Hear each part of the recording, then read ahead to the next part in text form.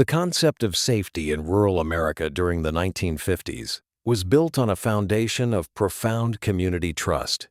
In small agricultural towns, doors were rarely locked. Neighbors knew the intricate details of each other's lives, and the local hardware store served as the central hub of daily existence.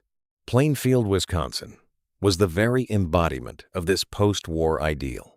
It was a quiet, industrious community, surrounded by vast expanses of farmland and dense woods. Yet, beneath the serene surface of this quintessential American town lay a profound tragedy that would forever alter the landscape of criminal psychology and forensic investigation. The events that unfolded in Plainfield in the late autumn of 1957 shattered the illusion of rural security and introduced the world to a case so deeply unsettling that it required law enforcement and psychiatric professionals to entirely reevaluate their understanding of severe mental illness and isolation. This is the comprehensive examination of the investigation, the psychological unraveling, and the ultimate legal reckoning of Edward Gein. To comprehend the complex series of events that culminated in the discoveries of 1957, it is essential to trace the sociological and psychological environment in which Edward Gein was raised. Born in 1906, Gein grew up in a household defined by severe emotional isolation and stringent ideological control. His parents, George and Augusta Gein, eventually relocated the family to a remote 155-acre farm outside of Plainfield. The geographical isolation of the property was entirely intentional, serving as a physical manifestation of Augusta Gein's desire to separate her family from what she perceived as the moral decay of the outside world. George Gein struggled with severe alcoholism and was largely absent from the emotional dynamics of the household, leaving Augusta as the sole domineering influence over Edward and his older brother Henry. Augusta Gein utilized a highly extreme interpretation of religious doctrine to instill a deep sense of fear and inadequacy in her sons. The outside world was painted as inherently dangerous, and social interaction was strictly prohibited beyond what was necessary for survival and schooling. This environment created a profoundly insular reality for the Gein brothers. In modern psychological terms, the developmental environment lacked the necessary socialization required to form a healthy, integrated sense of self. The brothers were entirely dependent on their mother for their understanding of reality. In 1944, a brush fire on the Gein property led to the sudden and mysterious death of Henry Gein. While the official cause of death was listed as asphyxiation from the fire, local authorities at the time noted unusual circumstances, including the fact that the fire had not reached the area where Henry was found, and he had sustained minor injuries to his head. However, rural coroners in the 1940s often lacked the advanced forensic training required to conduct thorough homicide investigations, and no foul play was officially declared. The loss of his brother left Edward entirely alone with his mother. When Augusta passed away the following year in 1945 following a series of strokes, the psychological foundation of Edward Gein's world completely collapsed. Following the death of his mother, Gein descended into a state of profound psychological deterioration. He sealed off the rooms of the farmhouse that his mother had used, preserving them in an immaculate, untouched state as a makeshift shrine. He confined his own living quarters to a small bedroom and the kitchen, allowing the rest of the house to fall into severe disrepair. In the complete absence of social interaction or psychiatric intervention, Gein's untreated mental illness, later diagnosed as severe schizophrenia, began to manifest in highly abnormal behaviors. He developed an obsessive interest in human anatomy, historical accounts of atrocities, and local obituaries. The progression from isolated obsession to criminal action occurred under the cover of darkness. Gein began visiting local cemeteries at night. Law enforcement would later discover that over a period of several years, Gein had engaged in a systematic and methodical series of unauthorized exhumations. He targeted the graves of recently deceased older women who bore a physical resemblance to his late mother. The logistics of these nocturnal activities required a chilling level of physical labor and careful planning. He would meticulously remove the earth, extract the remains, and then carefully restore the gravesite to its original appearance to avoid detection by cemetery groundskeepers. Because cemetery security in rural areas during this era was virtually non-existent, these activities went entirely unnoticed by the community. The remains acquired from these exhumations were transported back to the isolated farmhouse, where Gein engaged in extensive post-mortem desecration. Investigators would later determine that Gein utilized the remains to construct various biological artifacts, attempting to create physical substitutes for the profound human connection he had lost. From a psychological standpoint, experts later theorized that these actions were driven by a severe psychotic break, an attempt to literally reconstruct the maternal figure that had completely dominated his existence. The transition from the desecration of the deceased to active homicide marked a terrifying escalation in Gein's psychological unspooling. In the winter of 1954, the proprietor of the Pine Grove Tavern, Mary Hogan, vanished without a trace. When a patron entered the establishment, they found it empty, with evidence of a significant physical struggle and a substantial loss of fluid on the floor. In 1954, forensic science was still in its developmental stages. DNA analysis was decades away from being discovered, and blood typing could only provide broad classifications, not individual identification. The local authorities conducted extensive searches of the surrounding woods and waterways, but the investigation quickly stalled due to a complete lack of physical leads or eyewitnesses. The disappearance of Mary Hogan cast a long, anxious shadow over the community, a lingering reminder that a dangerous element was operating unseen in their midst. The catalyst that finally unraveled the mystery occurred 3 years later, on November 16, 1957. It was the opening day of deer hunting season, a highly significant cultural and economic event in rural Wisconsin. The majority of the town's male population was out in the wilderness. Frank Worden, a local deputy sheriff, had left his mother, Bernice Worden, in charge of the family's hardware store. When Frank returned to the store in the late afternoon, he found the doors unlocked, the lights off, and his mother completely missing. The cash register was gone, and there was a significant trail of evidence indicating a violent physical altercation that led out the back door. Unlike the mysterious vanishing of Mary Hogan, the disappearance of Bernice Worden left behind a critical, undeniable piece of forensic evidence. When Frank Worden examined the store's counter, he found a written receipt for a half-gallon of antifreeze. It was the last transaction recorded before his mother's disappearance. Frank immediately knew who the customer was, because Edward Gein had been in the store the previous evening, explicitly stating he would return the next morning to purchase that exact item. The discovery of the receipt is a foundational example of how routine documentation can become the linchpin of a major criminal investigation. It immediately shifted the focus of law enforcement from a broad general search to a highly targeted inquiry. Sheriff Art Schley and Captain Lloyd Schophurster were immediately dispatched to the Gein farm to question Edward about his whereabouts that morning. When law enforcement arrived at the remote property, the farm was cloaked in darkness. Gein was not immediately present, having gone into town to have dinner with a neighbor. The officers approached the outbuildings, utilizing their flashlights to pierce the gloom of the unlit property. Sheriff Schley entered a structure known as the summer kitchen, a shed attached to the main house. Sweeping his flashlight across the cluttered interior, the beam illuminated a horrific discovery. Bernice Worden had been located. She had sustained fatal injuries and had been subjected to severe post-mortem alterations. The immediate securing of the crime scene was a logistical challenge of unprecedented proportions for the local rural police force. Recognizing the absolute necessity of preserving the integrity of the evidence, local authorities requested immediate assistance from the Wisconsin State Crime Laboratory. The arrival of state technicians marked the beginning of one of the most exhaustive and psychologically taxing forensic investigations in the state's history. Processing the Gein farmhouse required investigators to meticulously catalog an environment of absolute chaos. The interior of the home was filled floor to ceiling with decades of accumulated refuse, decaying materials, and the biological artifacts Gein had constructed.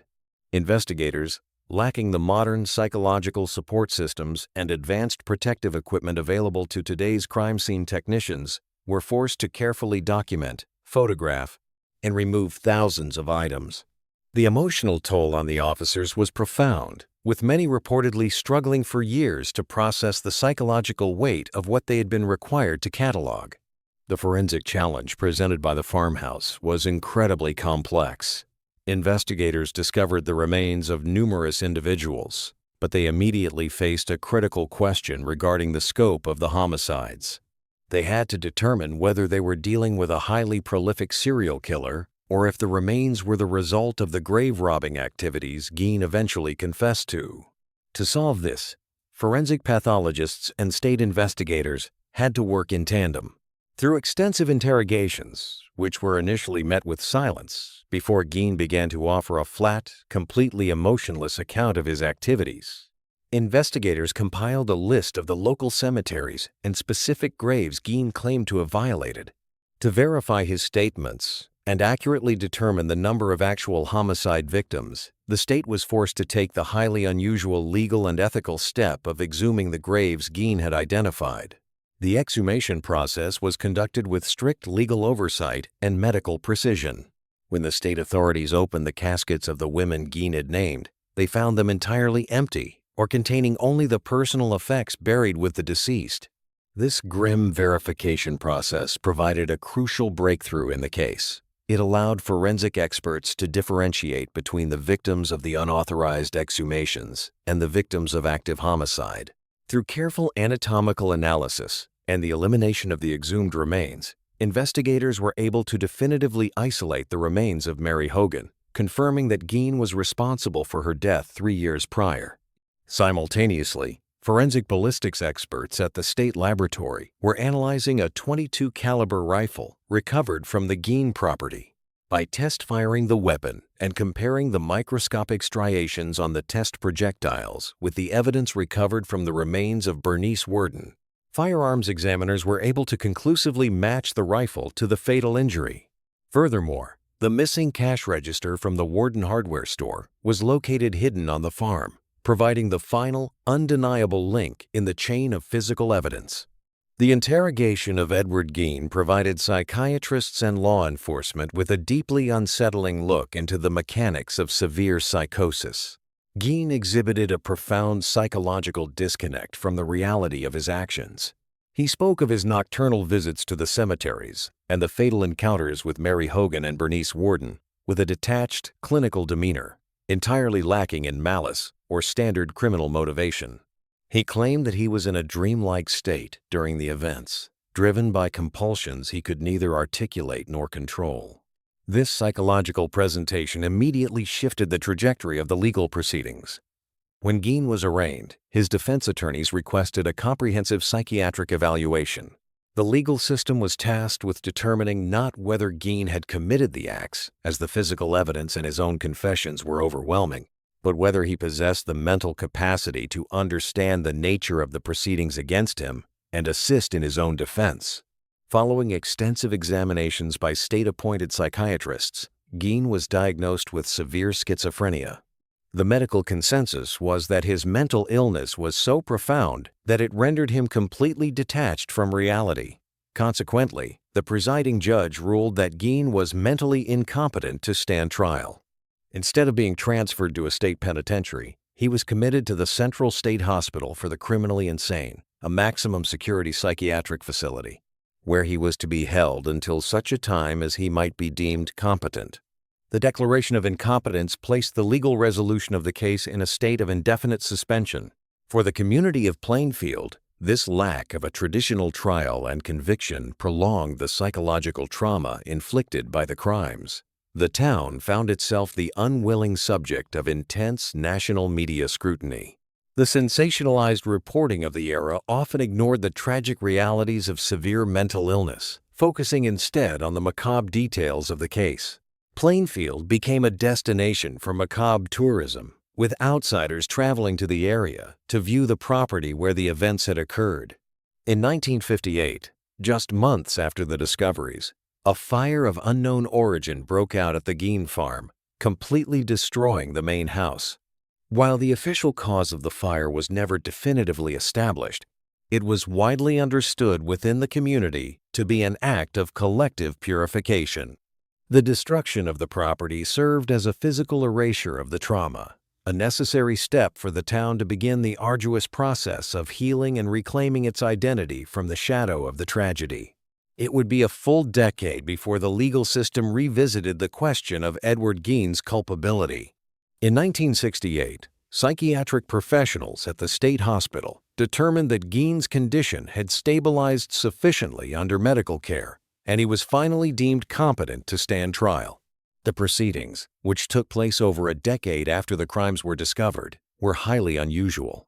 Recognizing the impossibility of finding an impartial jury after years of intense media coverage, Gein's defense team opted for a bench trial, where the verdict would be decided solely by the presiding judge, Robert Golmar.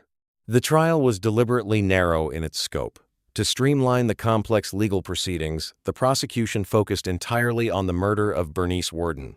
The state presented the overwhelming forensic evidence gathered in 1957, including the ballistics report, the timeline established by the hardware store receipt, and the meticulous documentation of the crime scene. The defense did not contest the physical facts of the case, focusing entirely on the psychological component. The trial was divided into two distinct phases. In the first phase, Judge Golmar quickly found Gein guilty of the first-degree murder of Bernice Worden. The second phase immediately followed, focusing on the legal definition of sanity at the time the offense was committed. After hearing extensive testimony from the psychiatrists who had evaluated and treated Gein over the preceding 10 years, Judge Golmar delivered the final, binding legal resolution. He ruled that while Gein had undeniably committed the murder, he was legally insane at the time of the act. As a result of this ruling, Gein was completely absolved of criminal liability and was remanded back to the custody of the state psychiatric system for the remainder of his natural life. Gein spent the rest of his days quietly in state facilities, eventually passing away from natural causes in 1984. He was known among the hospital staff as a mild-mannered and compliant patient, a stark contrast to the profound chaos and tragedy he had caused in his untreated state. The legacy of the Plainfield investigation extends far beyond the borders of Wisconsin. The case served as a critical catalyst for the evolution of criminal profiling and behavioral analysis. Prior to the events of 1957, law enforcement largely focused on standard motivations for violent crime, such as financial gain, interpersonal revenge, or crimes of passion. The Gein case forced investigative agencies to recognize that severe, untreated mental illness could manifest in highly organized, methodical, and deeply destructive behaviors that entirely defied traditional logical analysis. It underscored the absolute necessity of incorporating advanced psychological assessment into the standard protocols of major criminal investigations. Furthermore, the meticulous processing of the Gein farmhouse highlighted the critical importance of secure, methodical evidence collection and the vital role of state crime laboratories in supporting rural law enforcement agencies. The successful use of ballistics analysis, financial paper trails, and interagency cooperation established a procedural blueprint that would guide complex homicide investigations for decades to come. Culturally, the events in Plainfield left an indelible mark on the American psyche. The stark realization that such profound darkness could exist undetected in the heart of a quiet rural community fundamentally altered the public perception of safety. The psychological elements of the case, particularly the themes of extreme isolation, parental dominance, and the fracturing of identity, permeated popular culture. These themes were subsequently explored and adapted by authors and filmmakers, giving rise to some of the most enduring psychological thrillers in modern media. However, it is vital to separate the fictionalized, sensational narratives from the clinical reality of the case. The true story of Edward Gein is not a narrative of a criminal mastermind, but rather a deeply tragic chronicle of severe, untreated mental illness, profound societal isolation, and a devastating failure to recognize the signs of psychological collapse before it culminated in the loss of innocent lives. The investigation into the events of 1957 stands as a testament to the dedication of the early forensic pioneers who meticulously pieced together an unprecedented puzzle. It honors the memories of Mary Hogan and Bernice Worden by ensuring that the truth of their final hours was brought to light through scientific rigor and unwavering investigative persistence. As we reflect on the methodical investigation and the complex legal and psychological aftermath of the Plainfield case, we are left to consider the delicate balance between community trust and the responsibility of intervention. In an era where isolation is increasingly common, how can modern society better identify and support individuals experiencing severe psychological detachment before their internal fractures manifest as external tragedies?